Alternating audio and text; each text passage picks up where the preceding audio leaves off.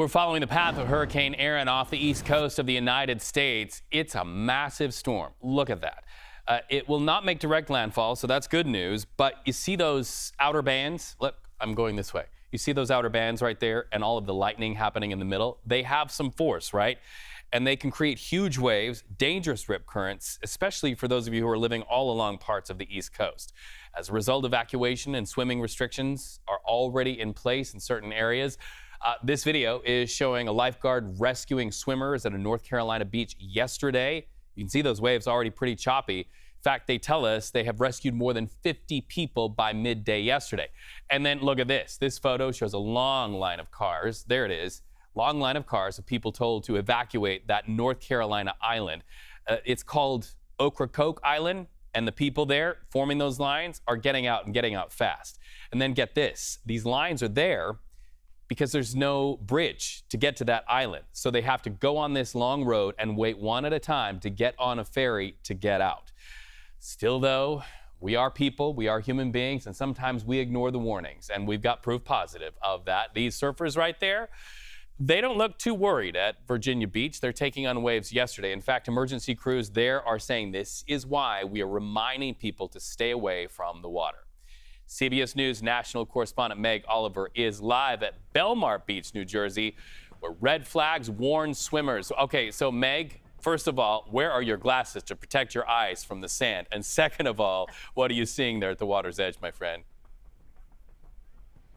Yeah, I mean, as you can see over my shoulder, Reed, the red flags are still flying here today. There is no swimming. The beaches are open, but take a look at this. They're deserted. This is highly unusual for the Jersey Shore 2 weeks before Labor Day. Take a look at the ocean. I was just talking to the head guard. He described it as a washing machine. Strong winds coming out of the northeast. It's very choppy. Ashley, the lifeguard, she's all bundled up behind me right there in her chair. She said it is extremely dangerous to go in today. The governor issued a warning asking people to stay out of the ocean up and down the Jersey Shore for the rest of the week. Conditions are only expected to deteriorate.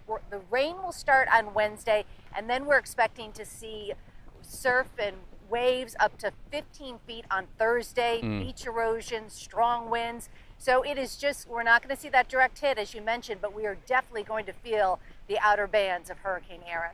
That's right. And right now, somebody's mother is watching and seeing their young man in the middle of that water right there. And some of the video we're showing and saying, I got to put in a call to my son. Meg Oliver, thank you so much for reiterating the warnings to our viewers. You stay safe there. And you can see just how rough those waves are in North Carolina. That reminder from so many experts there in the area to stay away from the water.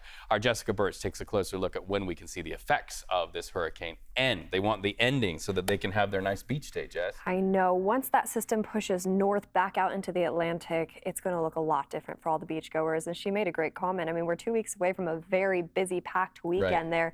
I will say, though, over the weekend, this storm, it was explosive. I mean, we saw it gain strength anywhere from a Category 1 to a Category 5 within a 12-hour period as it went under a very, very strong eye wall replacement cycle. And now here's where it's at. A Category 2 right now, just offshore the East Coast. It's not going to make landfall, but it still will leave some impacts, especially along those coastal communities where she's at right now.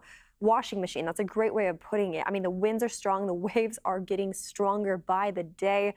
We're at a Category 2 status right now, but I want to talk about some other things that are going on for us.